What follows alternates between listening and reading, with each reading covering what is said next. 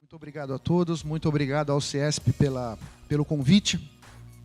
Então, a ideia é falar um pouco sobre a inteligência artificial, o que é isso, com alguns conceitos não muito profundos e com alguns exemplos, vários exemplos, na verdade, de como é que esse monstro chamado inteligência artificial está afetando a maneira como a gente vive e como a gente faz negócios. Tudo começou em 1952. Esse computador, que era do tamanho de uma sala, ele pesava coisa de 1.200 quilos.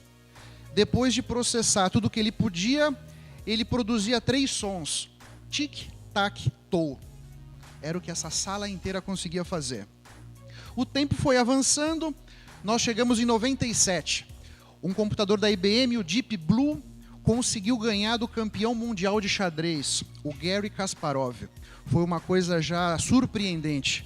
Como o computador conseguiu ganhar de um enxadrista renomado com tanta experiência como ele tinha. Mas aconteceu.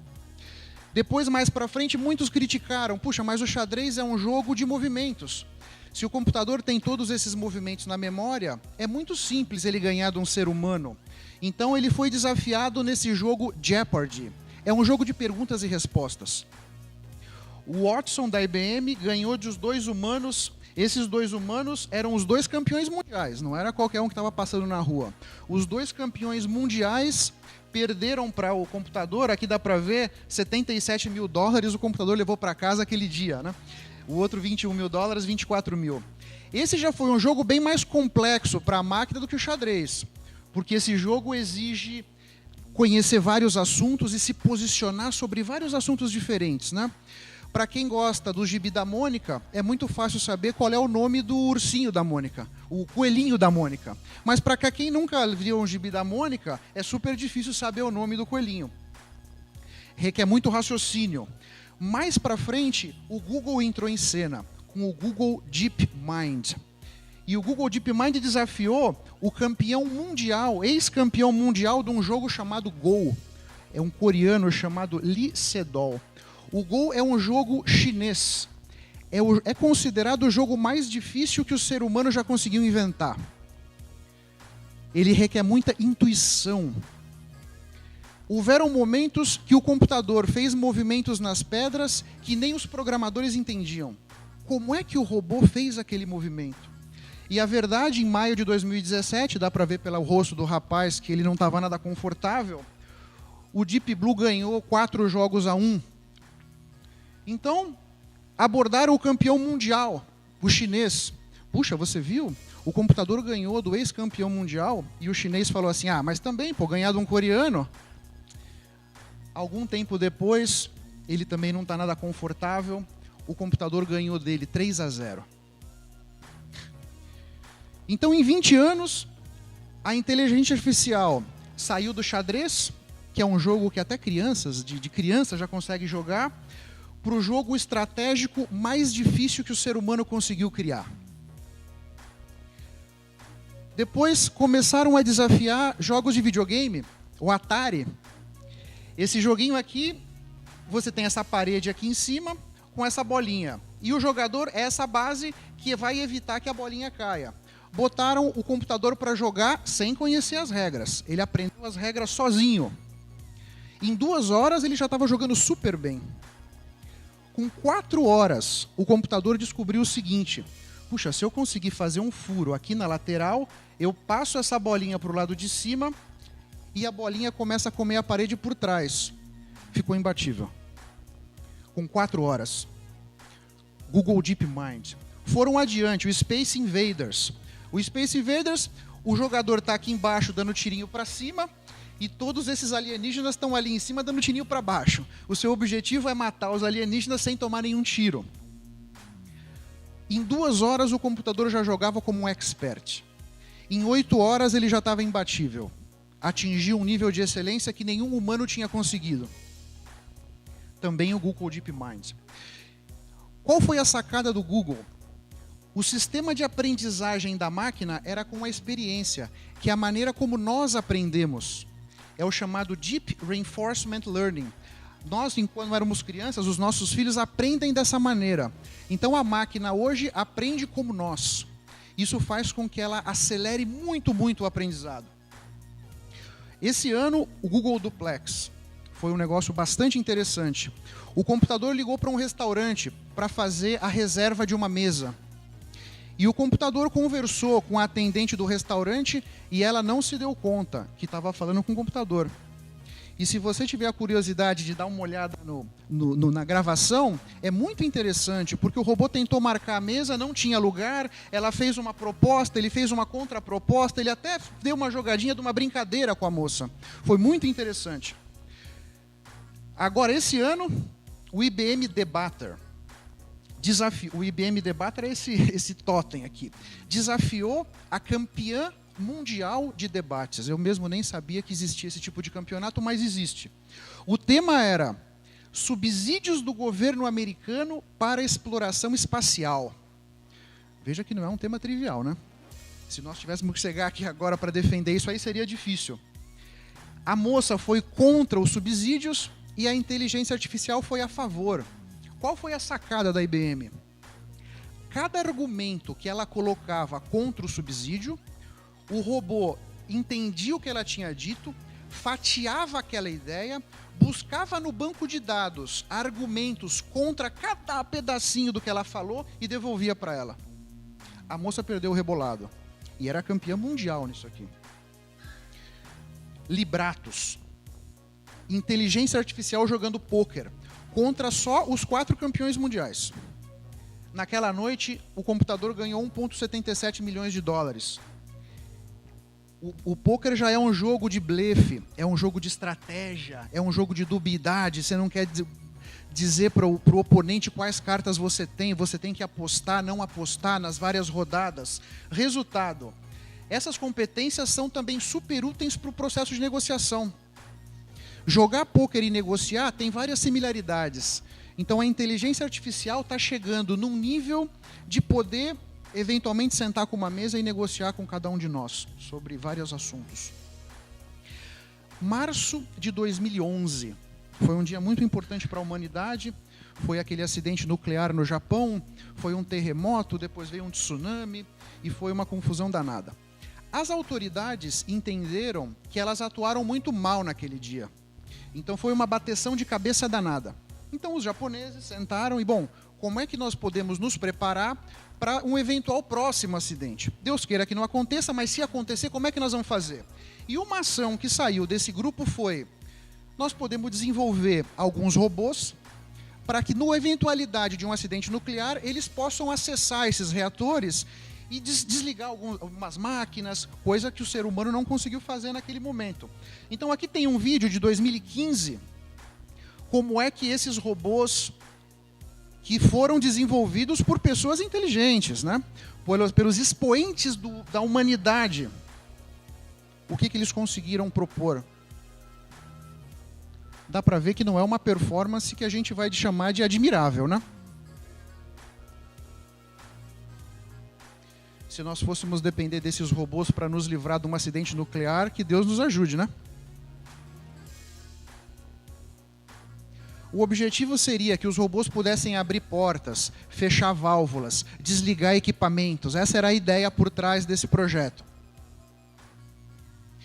3 anos depois, o que mudou?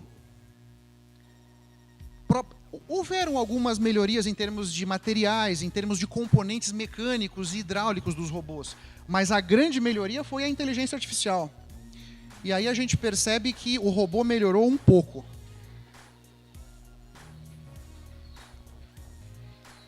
Isso é o Deep Reinforcement Learning. Ao invés do ser humano programar o robô se autoprograma. Para o ser humano, eu estou aqui em 2 pernas, eu fico em uma perna só, o meu cérebro rapidamente me rebalanceia. Para a máquina não é fácil. Isso exige uma capacidade de processamento incrível. Mas com o Deep Reinforcement Learning, mais um vídeo aqui, mais um outro exemplo, o robô aprende sozinho. Ele se reequilibra sozinho. Então qualquer um de nós que estivéssemos andando na neve seria complicado, nós nos desequilibramos, assim como o robô. Quase que ele cai ali, mas ó, se segurou. assim como nós faríamos. Robôs estão sendo usados já na indústria para várias atividades insalubres, vamos dizer, peso, lugares quentes, agressivos.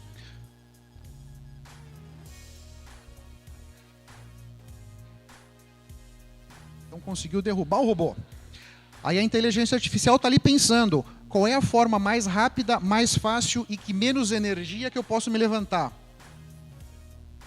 Aí ele se levanta quase como nós faríamos. E sai andando. Esse robô tem 80 quilos. Então, 1 bilhão.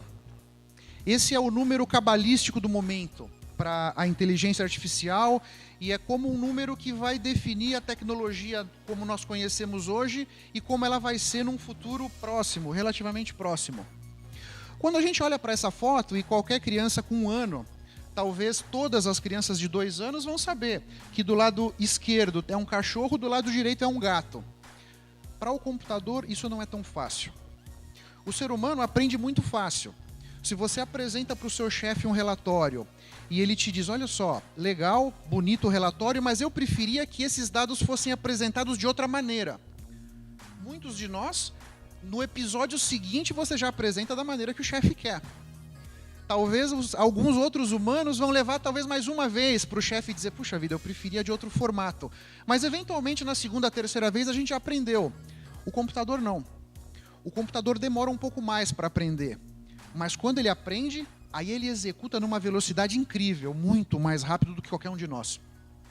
Então, vamos lá, tem uma entrada no sistema da inteligência artificial. Isso é um gato? O sistema de inteligência artificial vai trabalhar essa informação e vai oferecer uma saída. Ou é um gato ou não é um gato. Nesse caso, nesse exemplo, são 3 camadas ocultas.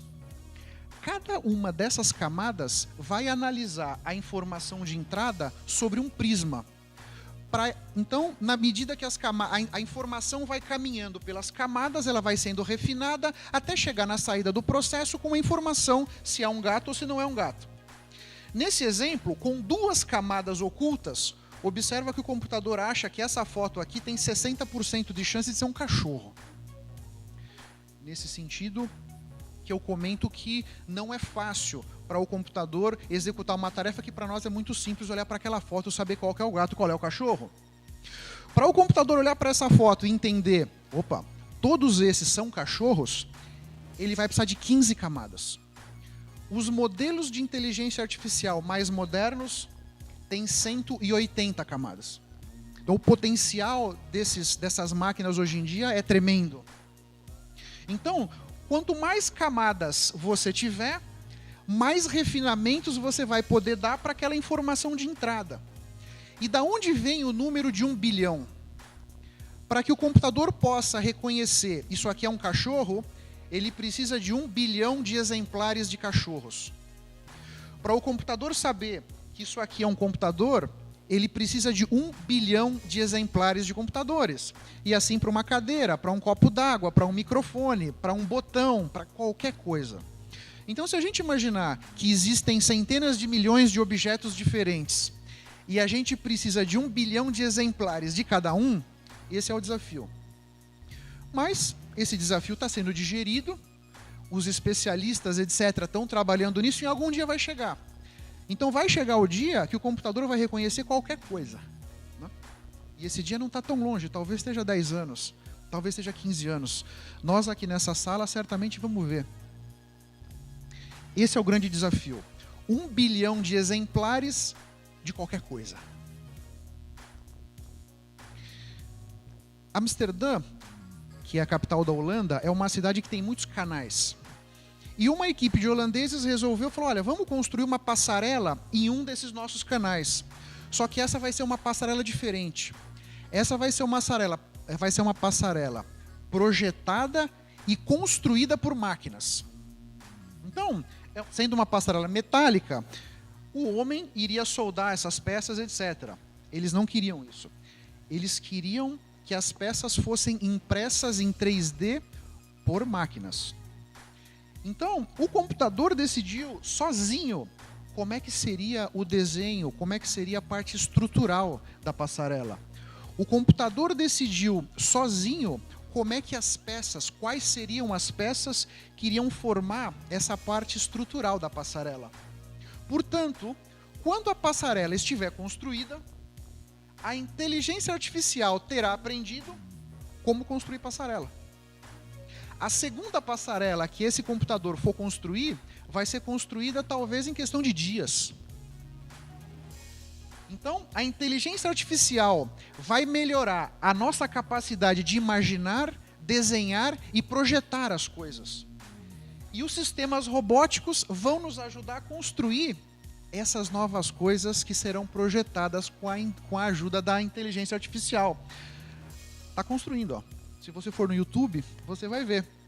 Tá na Bom, essa foto é de alguns meses atrás, talvez já tenha passado da metade do caminho. Mas antes do final do ano, eles gostariam que ela tivesse inaugurada.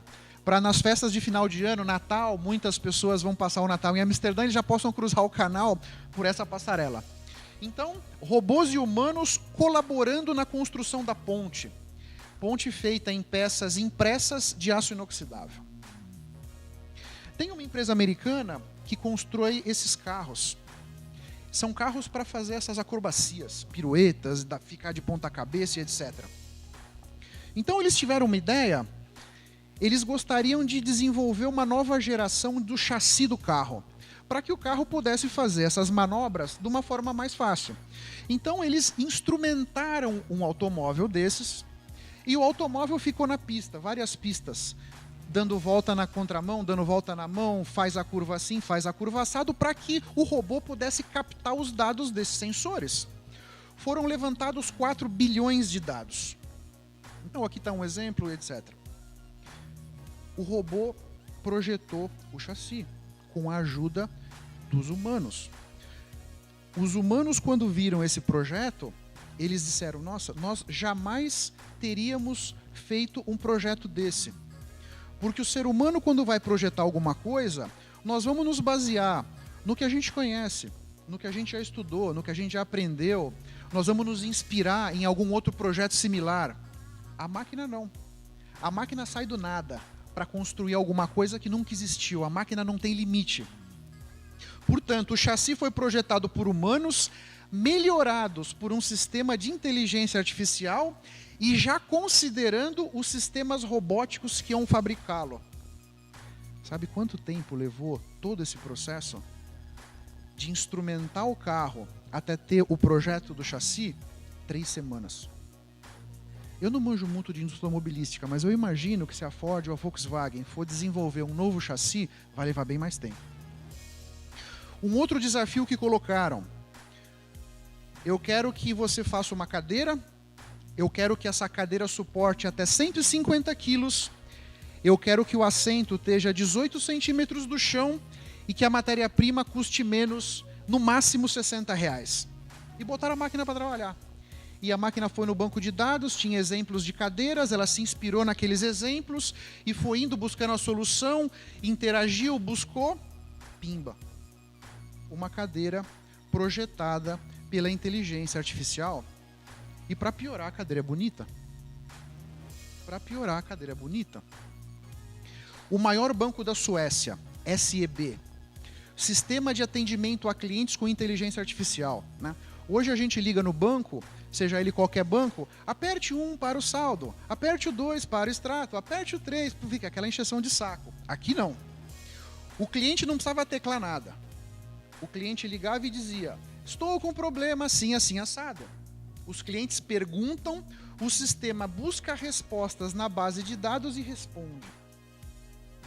Somente 30% dos casos o sistema não resolveu o problema. E aí um humano entrou em cena para ajudar o cliente. DeepMind, a inteligência artificial sendo capaz de diagnosticar problemas oculares melhor do que os médicos. Então, melhor do que os médicos top aqui, médicos experientes, pessoas capazes, gabaritadas. Cardiologia.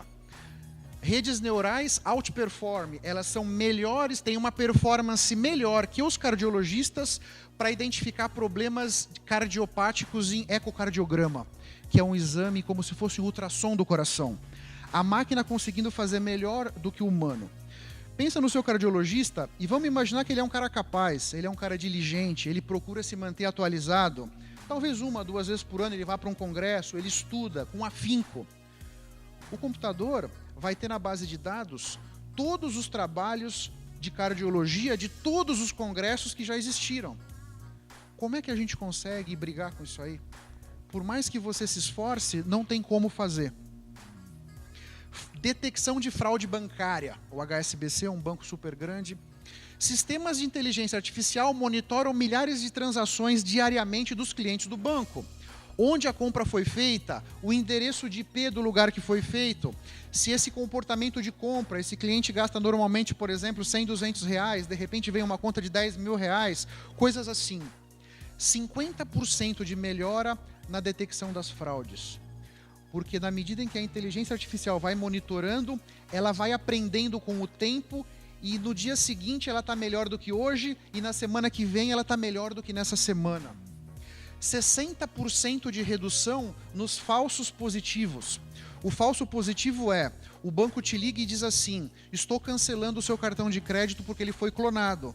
Não se preocupe, eu estou te mandando um novo cartão. Na verdade, o cartão não tinha sido clonado. Mas o banco achou que tinha, por precaução, ele cancela. Mas isso custa dinheiro, você tem um transtorno para o cliente, você fica um tempo sem o cartão, eventualmente você vai comprar com o cartão do outro banco, enfim, coisas desse tipo. Processos de recrutamento e seleção. A Unilever é uma empresa muito grande, internacional, que tem muitas divisões e tinha um desafio muito grande no processo de seleção, porque muitas pessoas têm interesse em trabalhar na Unilever. Para qualquer vaga tinha uma quantidade imensa de currículos. Como fazer a triagem disso tudo? O computador está fazendo isso por eles agora. A primeira etapa é um jogo online. O computador vai monitorando o desempenho e os movimentos do candidato. E ele vai avaliar, através dos movimentos, os algoritmos vão dar uma indicação para a máquina. Quais são os candidatos que têm uma personalidade mais aderente com aquela vaga que eu estou oferecendo. Segunda etapa, responder perguntas em vídeo. A inteligência artificial vai avaliar, então, o tom de voz do candidato, a linguagem corporal do candidato e a qualidade das respostas que ele está dando para aquelas perguntas. Os classificados, então, vão fazer uma entrevista cara a cara com algum humano. Resultado: o tempo entre a aplicação e a contratação saiu de 4 meses para 4 semanas, o que é um ganho significativo. Redução de 75% do tempo que os funcionários ficavam avaliando os currículos. Ou seja, podemos diminuir nossa estrutura, né? Não precisamos de mais tanta gente para analisar currículos, né? Washington Post, um jornal americano super renomado, considerado um dos melhores jornais do mundo. Tem agora o Heliograph. Quem que é o Heliograph? O Heliograph é o jornalista virtual. A inteligência artificial, isso aqui no final de 17, um ano atrás, já tinha produzido mais de 850 artigos para o jornal. Outros meios de comunicação, New York Times, Reuters, também usando a inteligência artificial, tomando o emprego de alguns jornalistas. Advogados, a inteligência artificial conseguindo fazer melhor do que os advogados em uma série de tarefas. Isso aqui é de 2018, super recente. Pegaram 20 advogados experientes e compararam com uma inteligência artificial que tinha 3 anos de base de dados. O objetivo era encontrar riscos em documentos legais. O computador teve uma precisão de 94, enquanto os humanos 85. Os humanos levavam 1h30 para analisar o documento, o computador 26 segundos. Processos de inventário. Por exemplo, o pai faleceu, a mãe e os filhos já estão de acordo como é que os bens vão ser divididos, um inventário tranquilo o computador pode fazer. É um contrato igual para todo mundo. Divórcio, o marido e a mulher de comum acordo resolveram se separar, o computador pode fazer porque é um processo simples. Então também no campo do direito, a inteligência artificial está tomando o lugar de vários profissionais. 1904, lá em Nova York, uma série de carroças, só 2 cavalos. 1917, só tinha carro. Podemos dizer aqui que em 13 anos, os motores a combustão substituíram os veículos movidos a cavalo. Quando será que a gente vai andar assim? Quando será que vai vir um carro na nossa casa nos buscar e a gente vai até o lugar que a gente quiser, lendo o jornal, pesquisando notícias na internet, batendo papo, fazendo compras? Tá perto. Talvez 20 anos. Dá uma olhadinha nesse vídeo aqui, William, por favor. Esse aqui é um carro autônomo, elétrico, entregador de pizza. Domino's Pizza, que é uma pizzaria americana. A família pediu a pizza, o carro vai chegar. Claro que é um frisson danado, né? A família tá ali filmando, tá o filho, veio a família inteira pegar a pizza.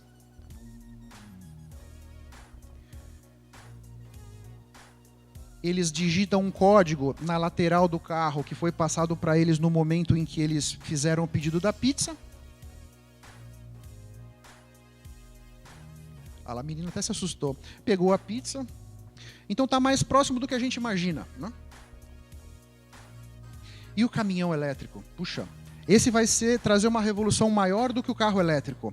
Porque o caminhão elétrico autônomo vai reduzir o valor do frete barbaramente e isso vai privilegiar mais as pequenas empresas do que as grandes. Porque o custo do frete impacta mais nas pequenas do que nas grandes. Claro que a primeira viagem de um caminhão elétrico autônomo tinha que transportar alguma coisa de muito valor, né? Escolheram a Budweiser, né? Então, William, faz favor. Então tá aqui a viagem, foram 100 e tantos quilômetros que o caminhão viajou, transportando essa carga de altíssimo nível, né? Esse é o motorista do caminhão. Ou seja, enquanto ele está fazendo a viagem, nesse momento ainda tem um motorista. Vai chegar o momento que não vai ter. O caminhão vai andar sozinho na medida que a tecnologia avançar e as pessoas ganharem confiança. Então você pode pensar, mas isso aí é coisa de maluco, é coisa de americano, para chegar aqui vai demorar muito. A Vale, agosto de 18, hein? Isso é 2 meses atrás, começa a operar caminhões autônomos em algumas minas do país. Aqui no Brasil isso aqui, tá? Então tá chegando, tá? Empresas que estão investindo na inteligência artificial. Aqui tem só alguns exemplos. Praticamente todas as empresas do mundo estão investindo de alguma maneira na inteligência artificial para melhorar os seus produtos, melhorar os seus serviços, reduzir os seus custos. É uma realidade. O computador, ele está chegando no nível de performance do ser humano. Ainda não está lá, mas ele está chegando. Estima-se que em 2023, daqui a alguns anos, com $1.000, nós vamos conseguir comprar um computador que tem a capacidade de processamento do cérebro humano. Talvez não do meu. Em 2050, com $1.000, nós vamos conseguir comprar um computador com a capacidade de processamento de toda a humanidade. Então essa máquina que aprende sozinha, com esse custo baixo e essa capacidade de processamento, tem uma capacidade ilimitada de fazer qualquer coisa.